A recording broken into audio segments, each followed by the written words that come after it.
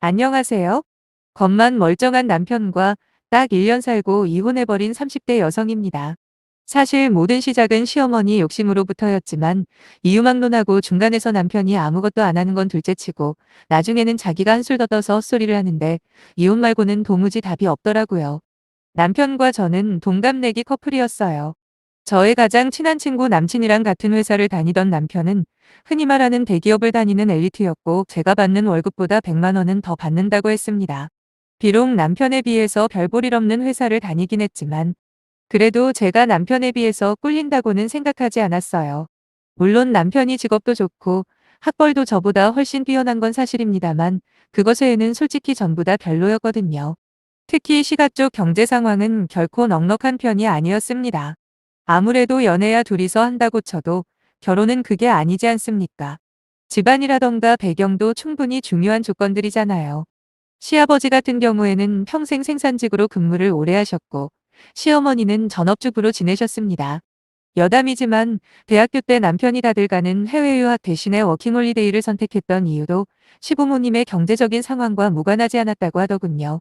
반면에 저희 친정은 꽤 많이 여유가 있는 편이에요. 다행히도 저희 조부모님께서 돌아가시면서 큰 재산을 아빠한테 물려주셨거든요.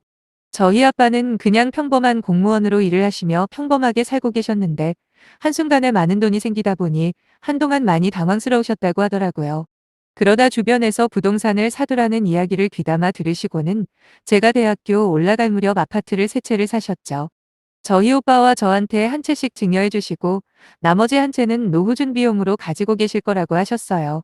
물론 세금도 전부 내주셨고요. 그때만 해도 저는 대학교 2학년인가 그랬는데 학교하고 거리도 애매하고 그래서 그 집은 월세를 놓고 정작 저는 원룸에서 자취를 했네요. 친정 부모님께서는 어차피 제 소유의 재산이니 알아서 하라고 허락해 주셨고요. 그 후로 무사히 대학을 졸업하고 지금 다니는 회사에 입사를 했을 때도 저는 여전히 그 아파트는 월세를 주고 있었죠. 남편과 결혼을 결심하고 나서야 저는 아파트에 대해서 이야기를 해줬더니 남편이 어찌나 좋아라 하던지요. 사실 시어머니한테는 굳이 알리고 싶지는 않았어요. 왜 그렇잖아요. 괜히 며느리한테 집이나 재산이 있는 걸 알게 되면 욕심이 생기지 않겠어요? 근데 남편이 언제 말했는지 시어머니께서 제 소유의 아파트가 있다는 걸 알고 계시더라고요. 물론 제가 직접적으로 남편한테 제 아파트에 대해서는 비밀로 해달라고 뭐 직접적으로 언급한 적은 없지만 그래도 은연중에 그런 뜻은 내비쳤다고 생각했는데 남편 입장에서는 제가 아파트를 가지고 있다는 걸 알려드리면 훨씬 더 좋은 인상을 자기 부모님에게 줄 수 있을 것 같았답니다. 뭐라더라 점수를 딸 것 같았다나요? 실제로 남편의 생각이 맞아떨어진 건지 어머님은 저를 꽤나 마음에 들어하는 눈치셨어요. 특히나 상견례 자리에서 저를 얼마나 칭찬해 주시고 챙겨주시는지 처음엔 시가의 경제적인 부분 때문에 약간은 망설였던 친정 부모님께서도 그깟 돈 조금 없으면 어떠냐 어른들이 저렇게나 좋은 분들이고 이뻐해 주시는데 그걸로 충분하다며 제 결혼을 진심으로 축복해 주셨습니다. 돈 이야기가 나와서 하는 말이지만 사실 시부모님께서 한 푼도 도와주지 않은 건 아니에요. 결혼할 때 보태쓰라며 남편에게 3천만 원을 주셨거든요. 그런데도 정작 남편이 모아둔 돈이 6천밖에 되지 않아서 남편이 동원할 수 있는 돈은 1억이 채 되질 않더라고요. 물론 돈이 전부는 아니라고 생각해요. 그리고 제가 정말 돈만을 중요하게 여겼다면 탐탁치 않아 하는 친정부모님을 설득하면서까지 남편과 결혼을 하려 했겠어요? 한편 저 같은 경우에는 구입한 지 1년도 안 된 차도 있었고 모아놓은 자금도 1억 이상 있었어요. 거기다 친정에서도 원한다면 따로 지원을 해주시겠다고까지 하셨고요. 이미 일전에 받은 아파트도 있고 해서 추가적인 도움은 거절하긴 했습니다. 그렇게 남편과 제 돈을 전부 합치니까 가까스로 2억이 조금 넘더군요. 하지만 그 돈으로 집을 사려면 대출을 반드시 받아야 했는데 그건 내키지가 않았어요. 그래서 일단은 신축 빌라에서 전세로 시작하자 했죠. 그런데 여기서부터 생각지도 못한 어머님의 간섭을 받게 되었습니다. 어머님께서 말씀하시기를 당연히 제 이름으로 된 아파트가 있으니까 거기서 신혼살림을 꾸릴 줄 아셨다대요. 결혼에 보태라고 주신 돈은 당신 아들 차 사는데 쓰길 바랬다고 하시길래 솔직히 이게 무슨 소린가 당황스럽긴 했습니다. 그렇다고 시시비비를 따지기도 뭐해서 제 아파트는 월세로 두는 편이 훨씬 이득이라고 설명을 드렸어요. 당장 저희가 들어가서 살기에도 전세 계약 문제에 걸리는데 거기다 인테리어까지 해야 하려면 금전적 시간적으로 불가능하다고 말이죠. 그랬더니 역시나 어머님께서 명의 부분을 들먹이시더라고요. 적어도 남편 이름을 명의에 올려두라고. 어쨌든 이제부터는 부부가 되었는데 니 꺼 내 거가 어디 있냐입니다. 어머님의 말씀이 끝나자마자 바로 싫다고, 그건 곤란하다고 딱 잘라 거절을 해버렸어요. 아니 생각해보세요. 그 아파트를 빼고서라도 제가 쓴 결혼 비용이 훨씬 많잖아요. 거기다 애를 낳은 것도 아니고 뭐같이 산지 10년이 된 것도 아닌데 왜 굳이 결혼하기 한참 전에 친정아빠한테 받은 재산을 나눠 가진답니까? 물론 최대한 예의를 갖춰서 거절하기는 했지만 그것도 어머님 눈에는 마음에 안 들었나 봐요. 그 후로도 잊을만 하면 부부 생활에 대해서 일장연설을 하셨고 결론은 언제나 하나였지요. 부부 생활이라는 게 하나하나 따져가며 선을 긋는 게 아니라고, 자기가 조금 손해본다 생각이 들어도 참고 아량을 베푸는 게 중요하다네요. 그때마다 저는 어머님 뜻은 충분히 알겠다. 하지만 저도 성인이고 아파트 공동명의 문제는 저와 남편이랑 나중에 알아서 하겠다고 대답을 하며 넘겨왔습니다. 시간이 조금 지나면 잠잠해질 줄 알았던 어머님의 집착은 제 예상과는 다르게 점점 심해지더라고요. 나중에는 공동명예 자체보다 시어머니 말을 거역하는 며느리에 대한 분노로 바뀐 듯 보였거든요. 결국 시아버지 생신날 일이 터지고 말았네요. 식사를 마치고 다 같이 과일을 먹을 때였어요. 어머님께서 또다시 제 아파트를 언급하시면서 이제는 명의의 남편 이름을 올려야 하지 않겠냐고 하시길래 이번에도 앵무새처럼 같은 설명을 하며 완곡한 거절의 뜻을 내비쳤어요. 사실 언젠간 남편과 공동명의를 하거나 아니면 그 아파트에 들어가 살 계획이긴 했어요. 근데 결혼한 지 1년도 안 된 상태에서 단지 시어머니가 시킨다는 이유만으로 그렇게 하기는 싫었거든요. 그러자 시어머니가 갑자기 서럽다며 그 자리에서 우시는 게 아니겠습니까? 다들 당황해서 어쩔 줄을 몰라 했죠. 어머님은 이게 전부 제가 시부모 돈 없다고 무시하는 거라면서 저를 마치 돈 가지고 유세 떠는 사람으로 몰아가시더라고요. 사실 막말로 그깟 공동명예 해주는 거 별거 아니라고 생각하실 수도 있어요. 근데 시어머니뿐만 아니라 남편의 태도도 마음에 안 들어서 안 하고 있었던 이유도 있거든요. 한 번은 남편한테 제 심정을 토로한 적이 있습니다. 어머님이 자꾸만 공동명예 타령을 하시는 게 스트레스 받는다고요. 그랬더니 남편이 웃으면서 사실은 자기도 약간 섭섭했다는 거예요. 물론 자기는 거절을 했을 테지만 어떻게 한 번 권유도 안 하냐, 말이라도 한 번 해줄 수 있는 거 아닌가라고 말을 하는데 이게 남편이 섭섭해야 할 일인가 싶었어요. 저희 결혼할 때를 자꾸 들먹이는 것도 피곤하지만 현실이 그렇잖아요. 제 아파트를 제외하고도 넉넉하게 결혼 비용 대며 결혼했습니다. 그러면 적어도 저한테 미안한 감정은 못 가질 망정 제 아파트를 탐내는 건 상식적으로 너무 염치가 없는 거 아닙니까? 아무튼 이러저러한 이유로 명의는 나중에 제가 판단해서 하려고 한 건데 도대체 그게 뭐라고 이렇게까지 일을 크게 만드시는지 도무지 이해가 안 되더라고요. 결국 이상한 분위기로 자리는 마무리되었고 시어머니와 저 사이의 갈등이 본격적으로 깊어지게 되었지요. 하지만 이때만 하더라도 결혼한 지 3달도 되지 않았기에 이혼 같은 건 솔직히 생각해 보지도 않았습니다. 그저 앞으로 정신 똑바로 차리고 살아야겠다. 뭐 그 정도로만 생각했다랄까요? 그래도 어느 정도 안전장치는 있어야겠다 판단한 저는 남편에게 돈 관리는 각자 하자고 했어요. 어차피 남편이 저보다 월급만 놓고 보면 더 많이 버니까 각자 관리해도 괜찮을 것 같다고요. 생활비 명목으로만 150에 100만 원씩 우리 미래를 위해 저축을 하자. 나머지 돈은 알아서 양심껏 관리하자. 그렇게 결론을 지었습니다. 그렇지만 정말 문제는 남편과 제 사이가 아니었더군요. 그날 공동명예 사건 이후로 어머님이 저를 따돌리고 없는 사람 취급을 하기 시작하셨다는 겁니다. 진짜 얼마나 유치한 방법으로 저를 무시하시던지 지금 생각해도 짜증이 막 치솟는 기분이네요.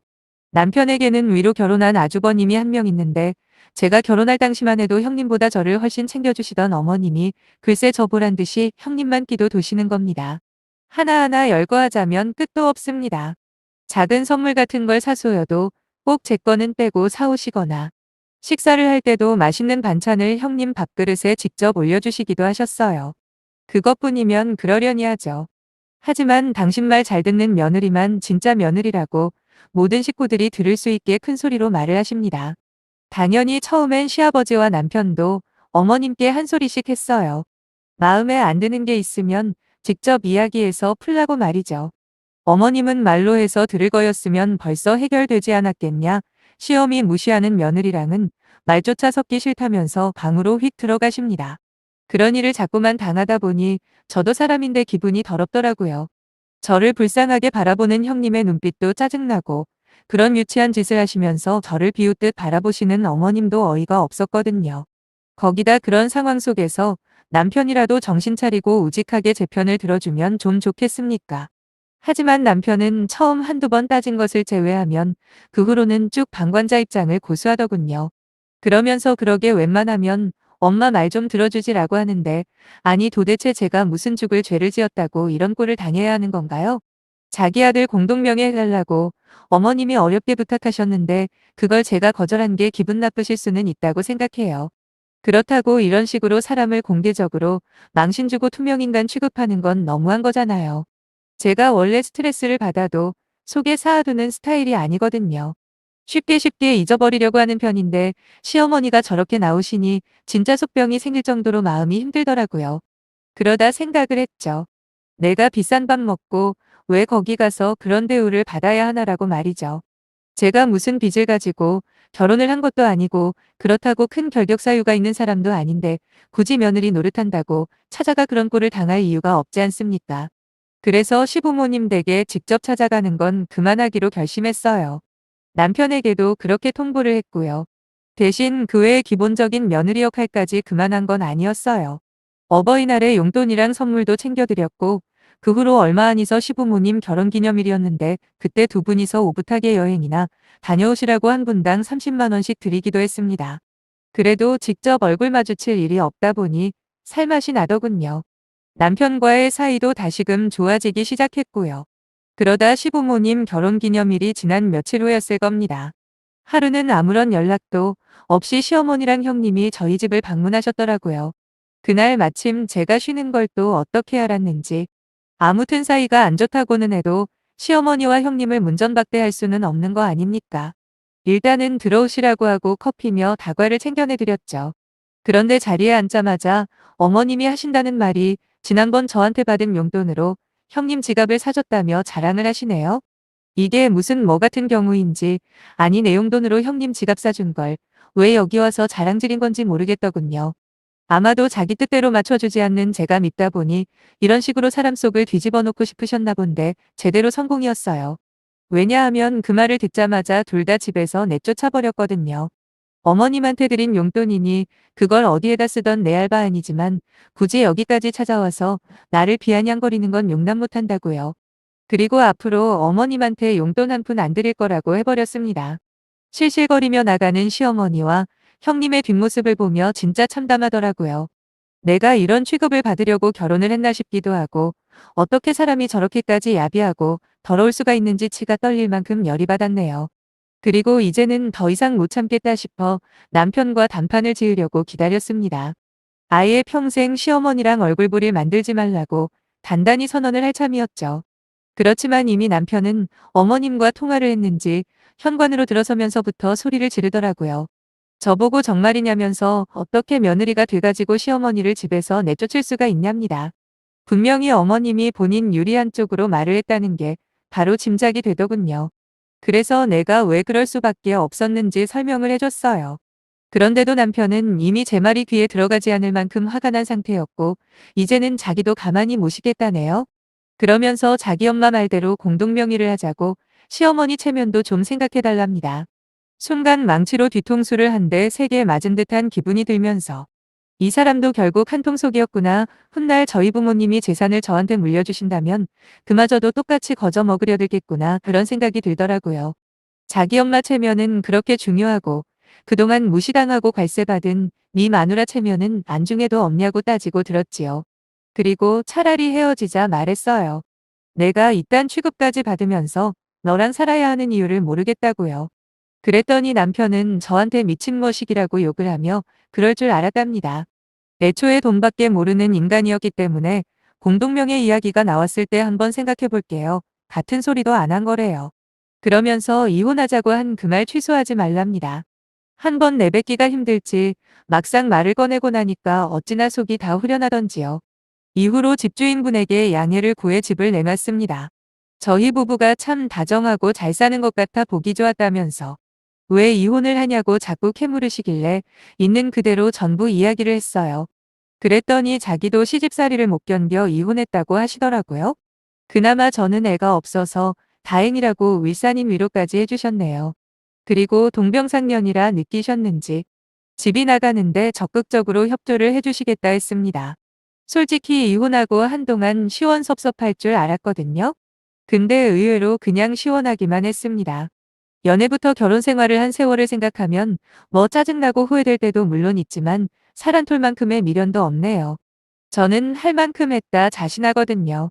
만약에 정당한 이유도 없이 제 아파트에 남편 이름을 올리라는 시어머니 요구를 받아줬으면 그 후로 계속해서 질질 끌려다녔을 게 분명합니다. 그런 집안과 결혼을 선택한 건 제 잘못이지만 그래도 휘둘리지 않고 마무리 짓기로 결심한 건 제가 생각해도 잘한 것 같아요.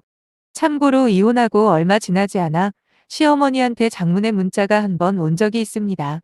기어이 끝장을 보는구나.